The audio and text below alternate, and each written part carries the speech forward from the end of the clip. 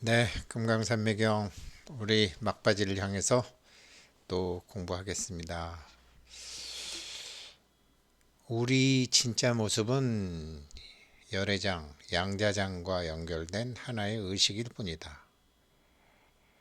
내 안에 부처, 내 안에 그리스도, 내 안에 열애, 참나, 뭐 더 큰 나, 우주적 나, 주인공, 공예나 다 consciousness다. 근데 이게 이제 뭐 메디컬 뉴스인데요.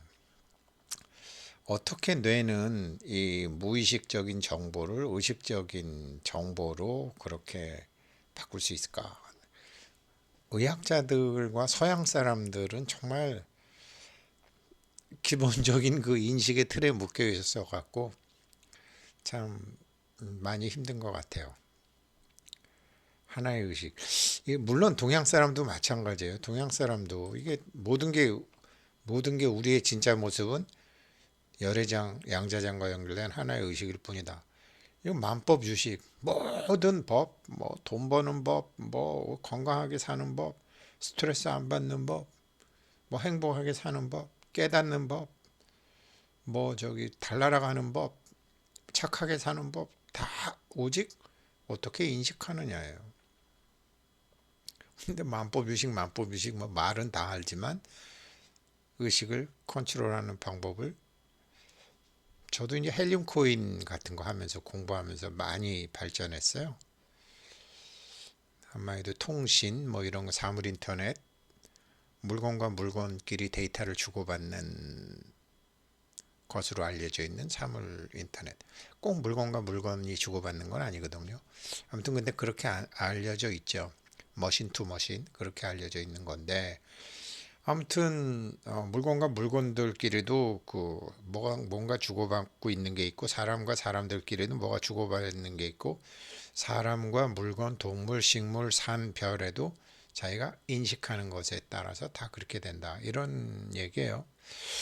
그래서 부처님께서 이제 말씀하시는데 범행장자가 얘기하시니까 그때 부처님께서 이렇게 말씀하셨다. 너희 선남자들이여 이제 자세히 들어라. 너희들을 위해서 영원한 법을 말하리라. 영원한 법이 뭐냐? 이거요. 우리 진짜 모습. 열애장 우리 진짜 모습. 열애장 양자장과 연결된 하나의 의식체로서의 자기.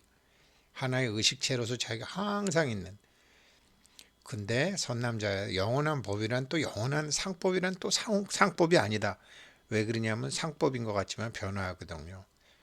시각적으로 보여드릴게요. 이건 참 말도 아니고 글자도 아니고 진리도 아니고 해탈도 아니고 없는 것도 아니고 어떤 경계도 아니니라. 이거 좀 공부하시려면요. 제가 그 자정에 올려드렸던 거 한번 당신이라는 습관을 깨라라는 거를 이제 북매대에서 또 이거 한 30분 정도 읽어주는 건데요. 제가 읽은 것도 여기에 있어요. 어, 근데 최출간 때 아무튼 여기서 단어가 좀 잘못된 게 있어요. 그러니까 성격 같은 거, 성격이나 이 번역할 때 참 이런 거 원서랑 봐야 되는데 왜 그러냐면 성격이나 개성은 우리의 의식이 몸에 들어올 때 몸을 갖고 무엇을 해야 되겠다. 그 몸을 갖고 무슨 일을 하기 위해서 그 개성과 성격에 맞춰서 들어오는 거지. 개성과 성격과 감정을 같이 보면 답이 안 나와요. 그러한 좀 번역상의 문제는 있지만 전반적인 흐름은 자기의 3번 차크라가 듣는다고 생각하고 귀는 빌려주기만 하고 들어보세요. 나중에 뭐 스스로 다 답을 찾으실 거예요. 제가 뭐 설명 안 해드려도. 여기서도 이제 제가 읽어드렸던 것보다 훨씬 많죠. 시간도 길고. 그런데 그래서 이게 항상 있는 게 뭐냐?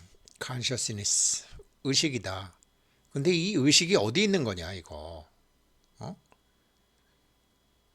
의식이 도대체 어디 있는 거냐?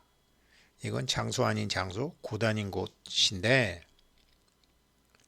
있다고도, 어디라고도 말할 수 없는 곳인데, 그게 왜 그러냐면, 이런 이치 때문에 그래요. 이렇게 다 그 온 우주와 연결돼 있기 때문에 그래요. 그리고 이걸 양자장이라고 그러는데 이게 항상 멈춰 있지가 않아요. 출렁출렁. 그래서 양자수프라고도 얘기해요. 그러니까 상법 항상 이렇게 움직이는 게 있긴 있지만 이 움직이는 게 무슨 고요한 바다처럼 멈추져 있는 것도 아니기 때문에 이거를 상법이지만 상법이 아니라고 이제 언어적으로 그렇게 표현하시는 거고요. 이런 게 이제 어디 있느냐? 사물 인터넷을 통신 기술로만 이해하면 안 되는 이유. 예, 기계와 기계 사이에 이렇게 뭔가 데이터만 주고받는 게 아니거든요.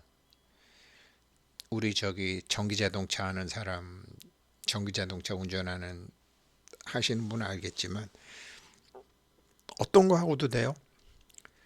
사람하고도 돼요. 사람이 이렇게 손에 이렇게 시계처럼 이렇게 차고 있으면 그 시계랑 그 사람의 체온이랑 이런 거랑도 다 돼요. 그래서 이제 이거를 사물 인터넷이라고 하는데 실제로 그 어떤 특정 주파수 때에 그하고 센서가 다 연결이 되는 거죠. 그거 옛날에 이걸 참 없는 것도 아니고 그렇다고 뭐 센서하고 뭐하고 왔다 갔다 해서 거기에 뭐 전파가 잡혀 뭐 그렇다고 테레비가 안 나와요. 핸드폰이 안 돼요. 뭐가 안 돼요. 다 돼요. 없는 것 같지만 다 돼요. 그러니까 경계도 아니다. 예전에는 어차피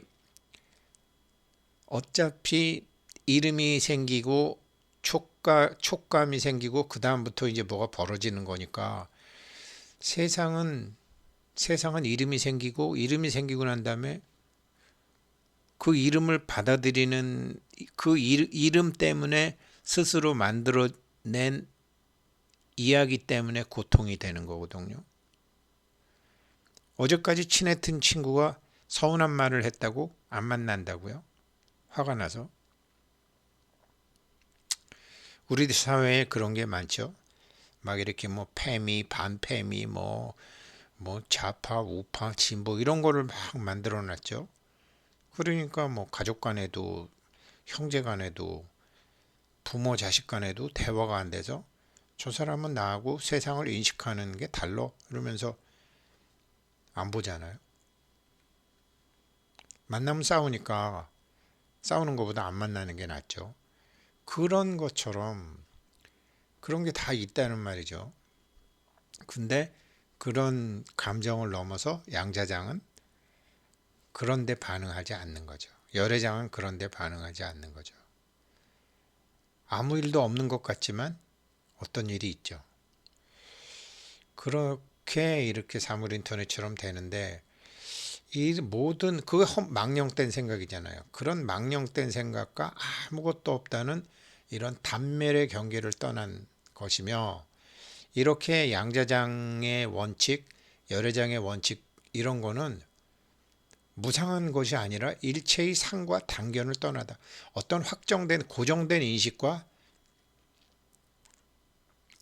그런 건 없어.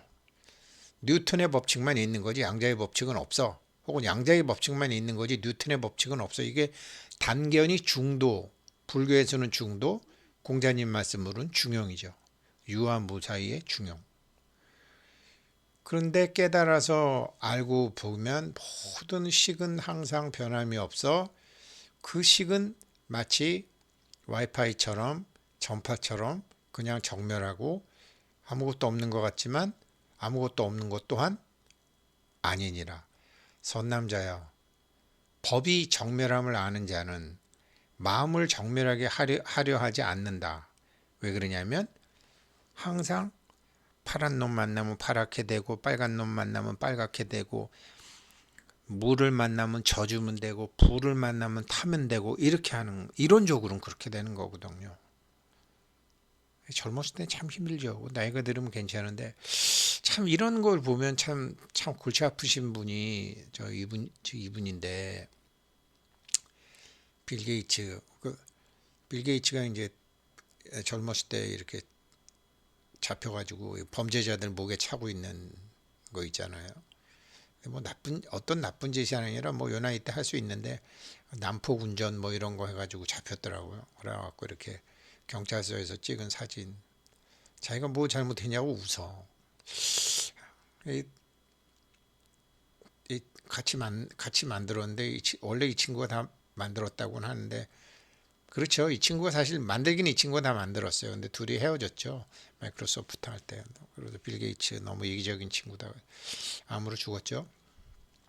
네, 아무튼 죽었는데 빌 게이츠 정말 좀 이상한 사람 같아요. 정말 한때는 굉장히 좋아했는데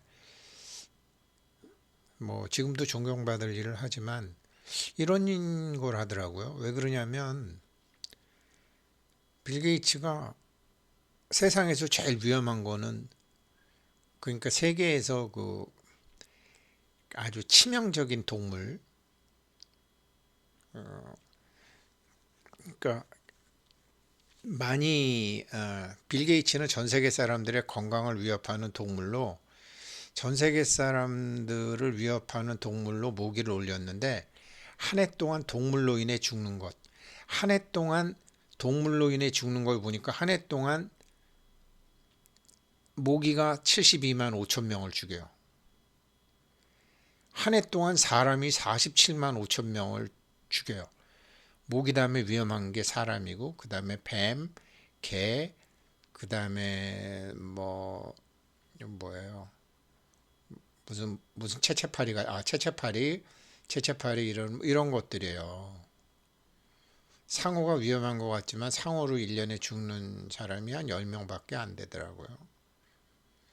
사제로 인해서 죽는 사람 제일 있고 아무튼 모기로 인해서 제일 많이 죽는데 빌 게이츠는 무슨 소리 하냐면 모기를 없애버려야 되겠다라는 생각을 한 거예요. 이건 굉장히 동양 사람으로서는 이해가 안 되는 거거든요. 모기가 나쁜 점만 있을까요? 좋은 점도 있죠. 분명히 우리가 몰라서 그렇지. 그런데 지금 이거 모기 유전자 이렇게 빌 게이츠가 모스키토 자기 좋은 일 한다고 한다는 것이 순모기만을 만들어 가지고 유전자 조작을 해서 순모기만 만들어서 모기가 모기를 죽이게 만드는 거죠. 이게 이런 식으로 자연에 개입하면 반드시 자연의 보복이 있거든요. 그러니까 굉장히 유물론적인 사람이더라고요, 이 사람이. 어렸을 때 깜빵에 가가지고 그래서 참, 아니구나. 그러니까 잘 모르니까 이런 생각을 하는 거죠. 물질 위주의 생각만 하는 거죠. 모든 존재를 물질로만 보는 거죠. 자기 인식이 그렇게 됐다는 건 모르고 더 큰 법계의 살림살이가 있다는 것은 모르고 이런 생각을 하더라고요. 이런 거를 단멸상이라고 그래요. 이런 걸 자기의 상과 단견이라고 그래요. 한쪽만 보는 거. 유무 중에 한쪽만 보는 거. 나쁜 놈이라고 정하는 거. 이런 걸 떠나야지 되는 건데 그래서 우리도 이런 거 많죠. 우리도 이런 거 많은데 우리도 이런 걸 많은데 이거를 자기의 이 견해를 자기가 자기를 가리켜서 이러한 잘못된 견해가 스스로 물러나게 만드는 것이 제가 어제 카네카르소 개로에서 그걸 이제 집중적으로 할 거고요. 지금 첫 번째 주기 때문에 진짜 자기의 힘을 키우기 위해서 진짜 모습을 키우기 위해서 열애장 양자장을 얘기를 하는 거고 이 열애장 양자장의 주파수를 어떤 자기가 원하는 것과 이렇게 일치를 시키려면 양자장은 우리가 원하는 것에 반응하지 않고 존재하는 것에 반응하는 거거든요. 그러니까 내 머릿속에서 생각한 소원하고 얘기하는 게 아니라 내 몸에 있는 어떤 주파수와 반응을 한다 이 말이에요. 그래서 이 책 자체는 뇌과학자가 썼기 때문에 했던 소리 또 하고 했던 소리 또 해요. 이분 요만큼만 한번 들어보시는데 이걸 귀로 듣지 마시고 몸으로 들으시면은 3377 공부하는데 빠른 이해가 있으실 겁니다. 그리고 금강산매경을 이해하시는데도 이 금강산매경의 핵심은 열애장이기 때문에 이 열애장의 작용, 스칼라 포텐셜이라고 그러기도 하고 데이비드 봄의 굉장히 중요한 그 열애장의 힘, 열애장, 법보장, 공덕장, 자가보장 거기서 다 원하는 게 팔자에 없고 사주에 없고 자기 운명, 숙명을 넘어서서 자기가 금생에 몸을 가지고 하고 싶은 것을 할 수 있는 거죠. 양자장과 주파수 공명을 하게 되면. 그리고 제가 말씀드렸지만 좀 사람들이 왜 몸을 갖고 태어났는지 그거 제가 3377 하는 동안 말씀드리고, 또 뭐 안 하시는 분들도 제가 기회가 되면 말씀드릴게요. 왜 그러냐면 뭐 교회식으로 얘기하면, 아니 우리 학교식으로 교회식으로 얘기하면 하느님이 너 가서 야 너 요 방학 숙제로 수학 숙제를 내줬는데 혼자 수학 숙제 안 하고 혼자 영어 숙제하고 돈 숙제 해갖고 오면 그 선생님한테 맞겠어요, 안 맞겠어요? 자기가 몸 받아서 세상에 뛰어들 때 해야 될 숙제가 있는데 그 숙제는 하나도 안 해. 지금 다들 숙제가 뭔지 새까맣게 잊어버렸으니까. 그리고 맨 돈 번다고 그러고 뭐. 네, 오늘 여기까지 하겠습니다. 고맙습니다.